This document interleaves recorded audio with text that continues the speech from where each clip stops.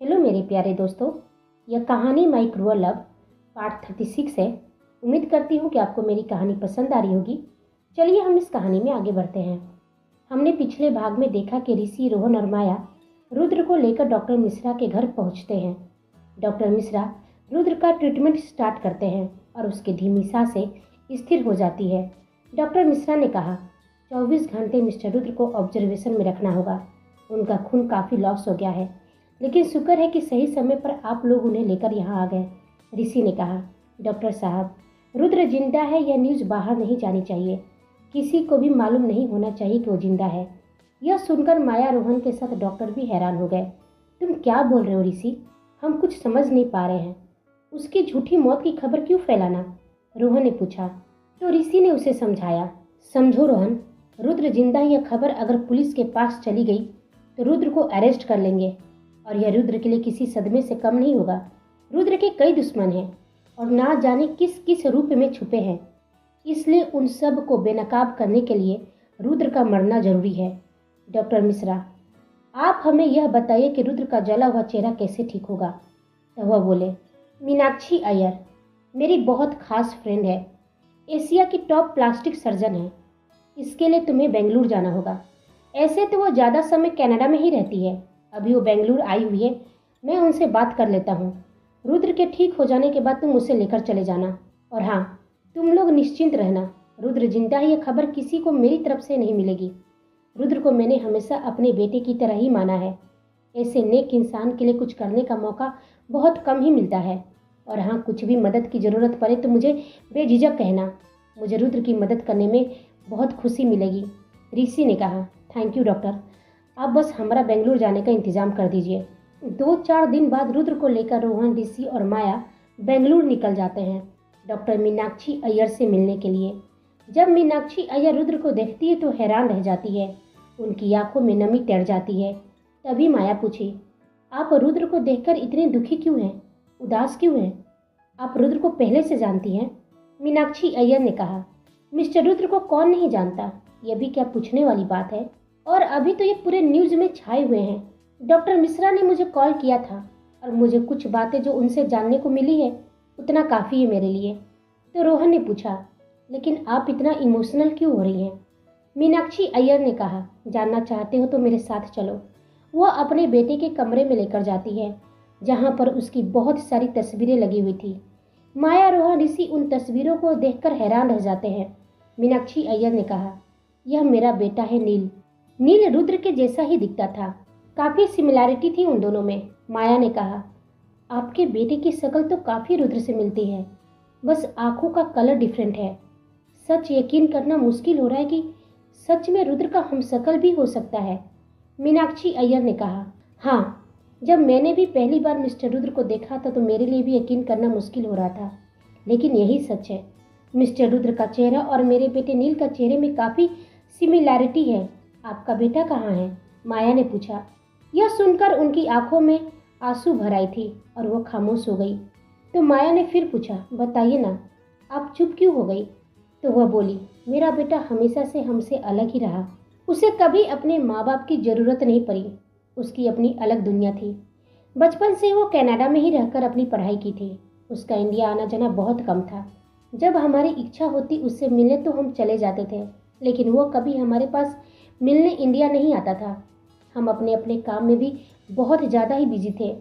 शायद यही बात मेरे बेटे को पसंद नहीं थी, क्योंकि हम दोनों उसे बहुत कम समय दे पाते थे।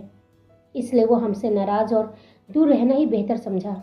उसके डैड के गुजरने के बाद मैं और भी बिजी हो गई, क्योंकि मिस्टर अय्यर ने सारी जिम्मेदारी मेरे ऊपर ही देकर चले गए। कोई था नहीं जिसके सहारे मैं ये सब छोड़ सकूं। मिस्टर अय्यर के जाने के बाद एहसास हुआ कि ज़िंदगी में अकेलापन क्या होता है, क्योंकि ना ही मेरे पास मेरे पति थे और ना ही मेरा बेटा। फिर मुझे अपने बेटे का उस दर्द का एहसास हुआ कि जब वो अकेला अकेला पूरा दिन घर के नौकर के सहारे रहता था, तब उसे भी हमारी ज़रूरत पड़ती होगी। लेकिन हम तो अपने काम में इतने बिजी हो गए थे कि अपने बेटे का ख्याल भी आना बंद हो गया था। मैं अपने बेटे के लिए खूब तरसती थी। उसे बहुत बार कहा कि वो इंडिया वापस आ जाए और अपने पापा का बिजनेस संभाल ले, लेकिन उसने बिजनेस का रास्ता छोड़ पॉप स्टार बनने का सपना देखा था और वह उसमें सक्सेस भी होने लगा था। लेकिन पता नहीं क्यों वह अपना चेहरा किसी को नहीं दिखाना चाहता था। जब भी परफॉर्म करता वह अपने चेहरे पर मास्क लगाए रखता, कोई उसे देख नहीं सकता था। उसके बहुत करीबी ही जानते थे कि मिस्टर पॉप स्टार नील कौन है। 10 दिन पहले उसने मुझे कॉल किया था। उसकी आवाज़ में बहुत नमी थी, बहुत इमोशन था। उसने मुझसे कहा कि वह मुझसे मिलना चाहता है। यह मेरे लिए बहुत खुशी की बात थी कि मेरे बेटे ने आगे से कॉल करके मुझसे मिलने की इच्छा जाहिर की है। मैं भी पहली फ्लाइट लेकर कनाडा चली गई। वो अपने घर में था और जब मैंने उसे देखा तो मेरा रूह कांप गया। मेरे सीने में एक दर्द की लहर भर गई। वह तड़प रहा था। उसकी सबसे करीबी असिस्टेंट ने बताया कि वो कुछ महीनों से ड्रग्स ले रहा है और वो उस ड्रग्स की उसे बहुत बुरी लत लग गई थी। उसने बहुत कोशिश की थी कि वो ड्रग्स लेना छोड़ दे, लेकिन उससे नहीं हो पाया। उसे हमेशा डर सताता कि यदि उसके फैंस को उसके बारे में मालूम चला कि वो एक ड्रगिस्ट है तो उसकी इमेज खराब हो जाएगी। जो उसके फैंस उससे बेइंतहा मोहब्बत करते हैं सभी उससे नफरत करने लगेंगे और यह वह बर्दाश्त नहीं कर सकता था, क्योंकि उन्हीं फैंस के प्यार के भरोसे तो वह जी रहा था। इसलिए उसे मौत आसान लगा। बहुत कोशिश की उसे बचाने के लिए, लेकिन 10 दिन पहले ही मेरे बेटे ने मेरी गोद में दम तोड़ दिया।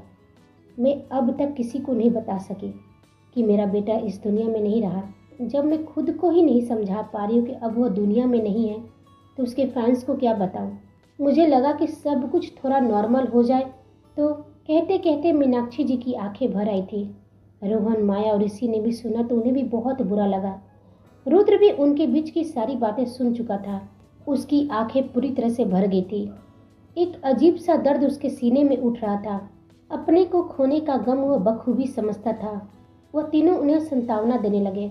रुद्र कमरे के अंदर आते हुए मीनाक्षी अय्यर को माँ कहा तो वह उसे प्यार भरी और हैरानी भरी निगाहों से देखने लगी। रुद्र उनके पास आकर उनके कंधों पर अपना दोनों हाथ रखते हुए कहा, मैं भी छोटे में ही अपनी माँ को खो दिया था, लेकिन आज वो मुझे फिर से मिल चुकी है। क्या आप मुझे अपना बेटा बनाएंगी? मीनाक्षी जी उसे अपने सीने से लगा लेती है और जोर जोर से रोने लगती है। हाँ, मैं अपने बेटे का नाम और उसकी पहचान तुम्हें दूंगी। जो लड़ाई तुम लड़ रहे हो उस लड़ाई में मैं तुम्हारा साथ दूंगी बेटा। अब मुझे भगवान से कोई शिकायत नहीं है। तुम्हें अपना बेटा बनाकर खुशियों में मैं नहा रही हूँ। रुद्र ने कहा, आज इस नए जन्म में एक नई माँ मिली है और मैं इसे खोना नहीं चाहता। रुद्र अपने अतीत से बाहर आया। उसकी आंखें नम थी तो माया पूछी, तुम ठीक हो ना? हाँ माया, मैं ठीक हूँ। अपनी पुरानी पहचान को मारकर एक नई पहचान मुझे नई जिंदगी दी है। अपनों के बीच में जो वो शराफत का मुखौटा पहन रखा है उसे बेनकाब करने के लिए रुद्र प्रताप सिंह का मरना जरूरी था। मुझे उस चंदन का आखिरी लाइन याद है जब उसने कहा था कि उसके धंधे में ऐसे कई नाम हैं जिसकी मैंने कल्पना भी नहीं की होगी। मुझे चंदन तक पहुंचने के लिए उसकी बहन श्रेया की मदद लेनी ही होगी। इधर मित्रा चंदन से एक बार फिर पूछती है, तुमने कहा था कि तुम हमें सोफी और पुष्पा आंटी से मिलने दोगे। यदि हमने तुम्हारी बात मानी तो देखो, तुमने जो कहा हमने किया। अब तुम अपना वादा पूरा करो। चंदन कहता है, ओके। सच में आज मैं तुमसे बहुत खुश हूँ मित्रा। तो इस खुशी के अवसर पर तुम्हारे लिए गिफ्ट तो बनता ही है। चलो अपनी आंखें बंद करो। तो मित्रा ना समझी में उसे देखने लगी और पूछती है, क्यों? सवाल नहीं मेरी जान। चंदन कहता है, माई जान, जैसा कहा है वैसा करो। मित्रा अपनी आंखें बंद कर लेती है तो चंदन उसकी आंखों पर पट्टी बांधता है।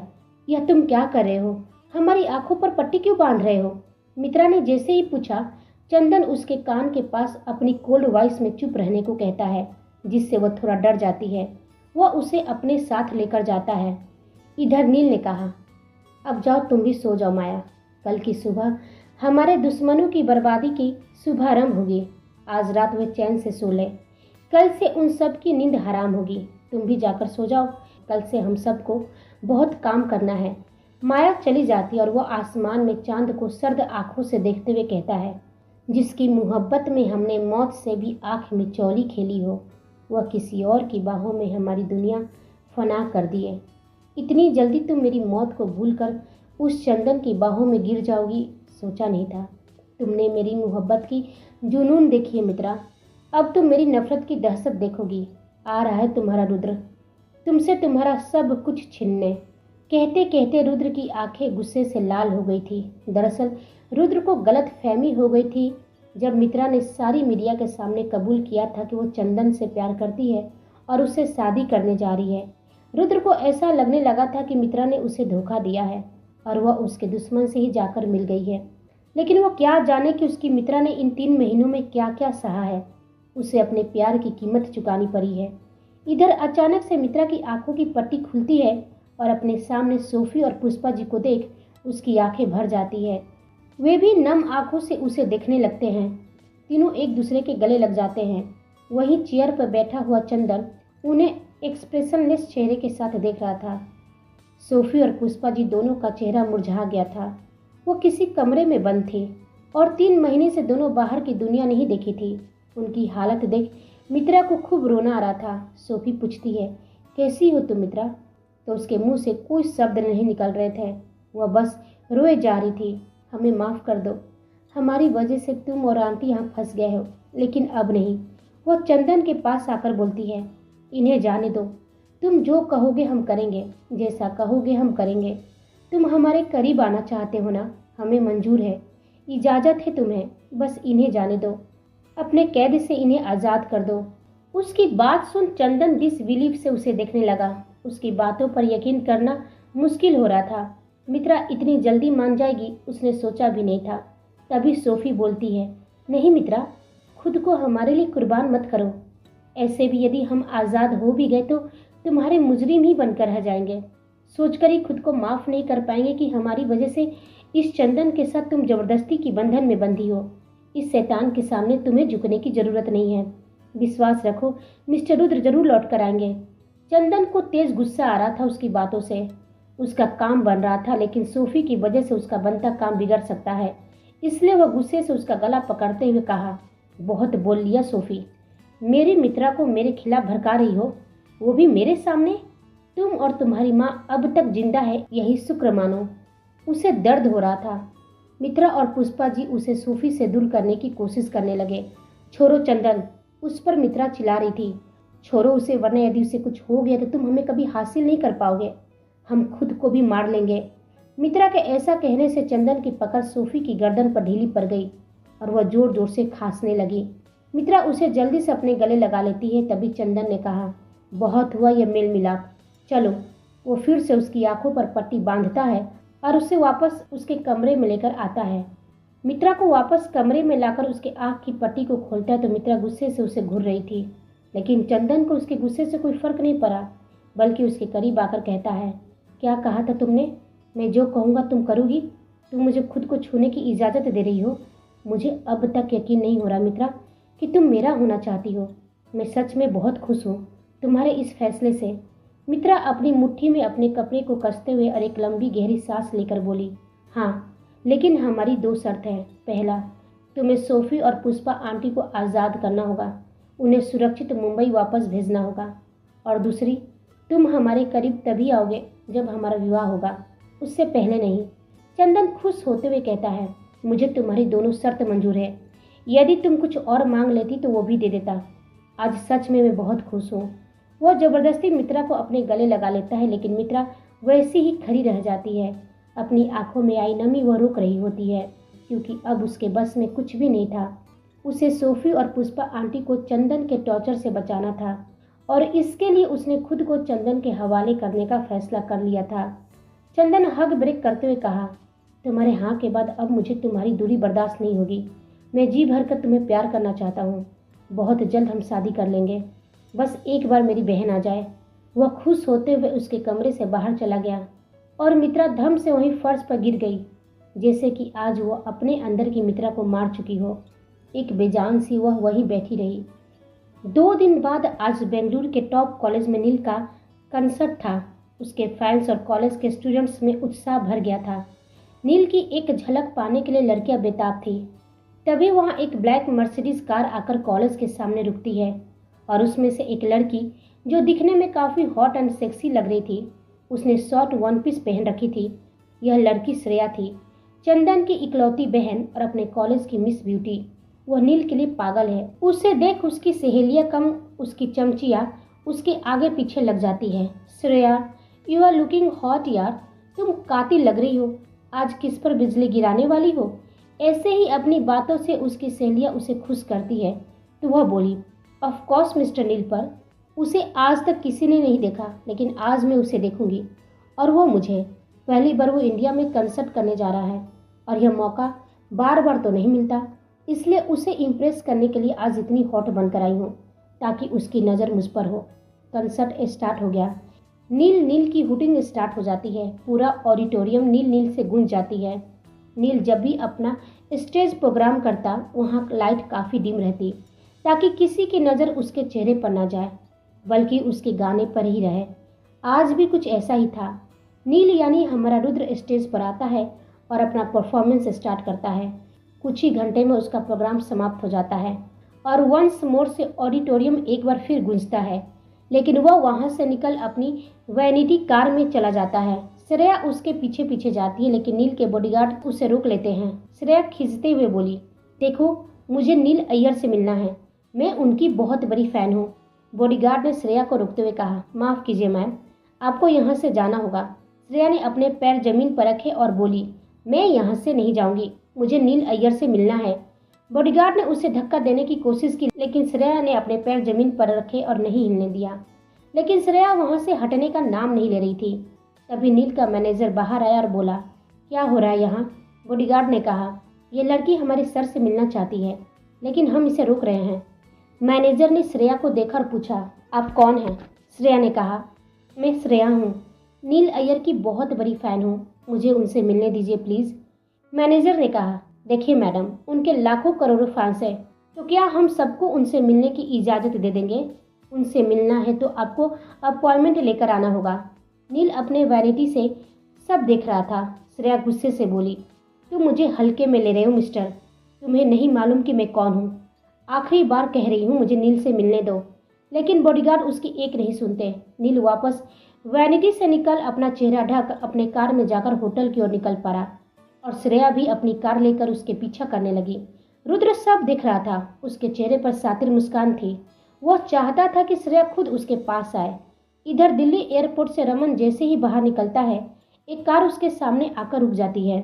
वह बिना सोचे समझे उसमें बैठ जाता है और ड्राइवर कार आगे बढ़ाता है। रमन अपने मोबाइल पर कुछ देख रहा होता है, तभी उसकी मोबाइल की रिंग बजी। उसका वकील का फोन था। वह उठाकर पूछा, काम हुआ? आगे से ड्राइवर मिरर से सब देख रहा था तो वकील बोला, उस रुद्र का भाई सुप्रीम कोर्ट जाने की धमकी दे रहा है। उसका वकील पूरी कोशिश में लगा है कि कैलाश जी जेल से ना छूटे। हमें और भी तैयारी करनी होगी सर। मैं तो कहता हूँ कि आप एक बार अपनी माँ से बात कीजिए, उन्हें समझाइए कि अपना बयान वापस ले लें। रमन गुस्से से बोला, वकील तुम्हें पैसे किस लिए दिए जा रहे हैं जो मुझे समझा रहे हो?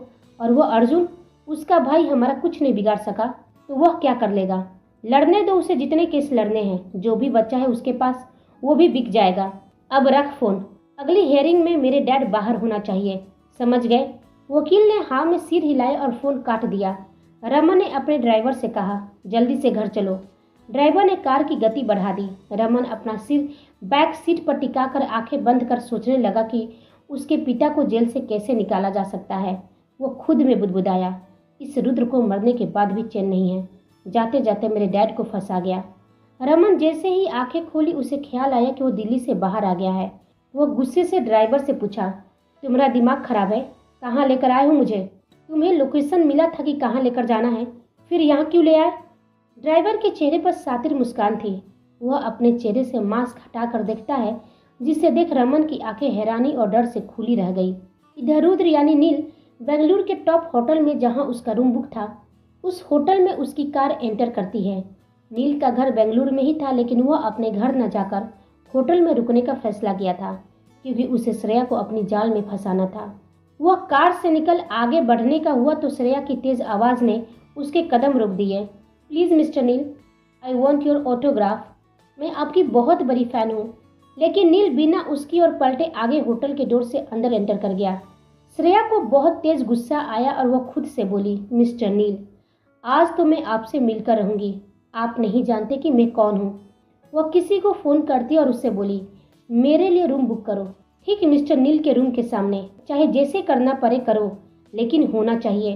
वो भी 1 घंटे है तुम्हारे पास, यदि नहीं कर सके तो भाई को बोलकर तुम्हारी नौकरी ले लूंगी। इधर मित्रा अपने कमरे में बैठी सोच रही थी। वो खुद से बोली, हमें कैसे भी करके सोफी और पुष्पा आंटी को यहाँ से निकालना होगा। भले हमारी आंखों पर पट्टी बंधी हुई थी, लेकिन यह तो साफ पता चल गया कि वो दोनों यहीं आसपास है। हमें विवाह से पहले ही सोफी और पुष्पा आंटी को बचाना होगा, ताकि चंदन से हमें यह विवाह ना करना पड़े। कैसे भी करके उसे अभी अपने करीब आने से रोक तो लिए हैं, लेकिन वो पक्का कोई न कोई बहाने से हमारे करीब आने की कोशिश जरूर करता रहेगा। उसकी नज़रें जब भी हमें देखती है तो हमें खुद से नफरत होने लगती है। क्या करे, कैसे पता करें? हर तरफ सीसीटीवी कैमरे लगे हुए हैं।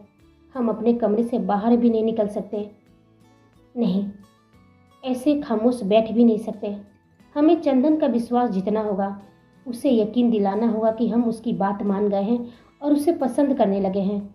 सोफी और पुष्पा आंटी के लिए हमें यह करना ही होगा। इधर अमन हकलाते हुए कहा, तुम? वो ड्राइवर के भेष में ऋषि था। उसके आदमी चारों ओर से रमन को घेर लेते हैं। ऋषि गाड़ी से उसे बाहर निकलने को कहता है। डर से रमन का हलक से आवाज़ नहीं निकल पा रही थी। उसका गला सूख रहा था। वह चाहकर भी कुछ नहीं कर सकता था। एक तो वह अकेला था और वह बेफिक्र था, यह सोचकर कि उसका सबसे बड़ा दुश्मन यानी रुद्र तो मर चुका है। अब उसे किसी से डरने की जरूरत नहीं है। ऋषि ने अपने एक आदमी को उसकी आंख पर पट्टी बांधने का इशारा किया तो बड़ी हिम्मत करके रमन ने कहा, देखो ऋषि, मेरी तुमसे कोई दुश्मनी नहीं है, और यदि तुम अपने दोस्त रुद्र की मौत का बदला लेना चाहते तो मैंने उसे नहीं मारा है। मैं तो बस इस खेल का छोटा सा प्यादा हूँ, लेकिन यदि तुम मुझे छोड़ दोगे तो मैं तुम्हें उस तक पहुँचा सकता हूँ जिसने तुम्हारे दोस्त को जान से मारा है। ऋषि के चेहरे पर हल्की मुस्कान आ गई और वह बोला, अपनी जान पर आई तो तू गिरगिट की तरह रंग बदल गया रमन। लेकिन कोई फायदा नहीं है, तेरी कोई चालाकी नहीं चलेगी यहाँ, इसलिए कोशिश करना बंद कर।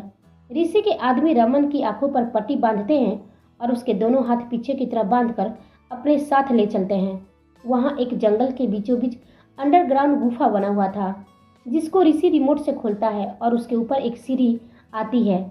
उन सीढ़ियों के थ्रू वह नीचे की तरफ चला जाता है और फिर रिमोट से उसे बंद कर लेता है। वह अंडरग्राउंड गुफा ऐसा था जिसके ऊपर से मिट्टी डाली हुई है। इधर श्रेया की फ़ोन की रिंग बजी। वह उठाकर झट से पूछी, काम हुआ? तो दूसरी तरफ से वो बोला, यस मैम, मिस्टर नील अय्यर के सामने ही आपका रूम बुक हो गया है। यह सुनकर श्रेया की खुशी का कोई ठिकाना ही नहीं रहा। वो खुद से घमंड में बोली, श्रेया कुछ चाहे और वह उसे ना मिले, यह कभी हो ही नहीं सकता। मिस्टर नील, अब तो मुझे आपसे मिलने से कोई नहीं रोक सकता। वह होटल के अंदर गई तो रिसेप्शनिस्ट ने श्रेया को रूम की चाबी दी और कहा, आपका रूम नंबर 305 है। वह मिस्टर नील अय्यर के सामने का रूम है। श्रेया ने कहा, धन्यवाद, और वह अपने रूम में चली गई। वह अपने रूम में जाकर बिस्तर पर बैठ गई और सोचने लगी कि वह नील को कैसे फंसाएगी। तभी उसके फ़ोन की रिंग बजी। वह फ़ोन उठाई और पाया कि वह उसके भाई का फ़ोन है। वह बोली, हेलो भाई। तो उधर से आवाज़ आई, श्रेया, तुम्हारे लिए मैंने एक सरप्राइज प्लान किया है, कब तक आ रही हो? श्रेया ने कहा, बहुत जल्द भाई, और आपको भी मैं सरप्राइज देने वाली हूँ। तो चंदन हैरान होकर बोला, क्या बात है, आज मेरी बहन की आवाज़ कुछ ज़्यादा ही मीठी लग रही है। तो श्रेया ने कहा, हाँ भाई, क्योंकि मैं आपको जो सरप्राइज देने वाली हूँ वाकई आपने सोचा नहीं होगा। श्रेया ने फिर कहा, चलिए भाई, अब मैं रखती हूँ, मुझे बहुत सारा काम है, बाय।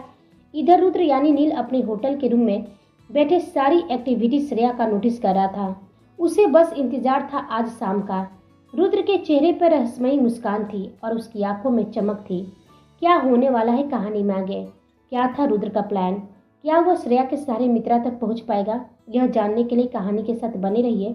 और यदि आपको मेरी कहानी अच्छी लगी तो प्लीज़ लाइक, शेयर, कमेंट और सब्सक्राइब करना बिल्कुल ना भूलें। आप सभी को मेरी कहानी सुनने के लिए धन्यवाद।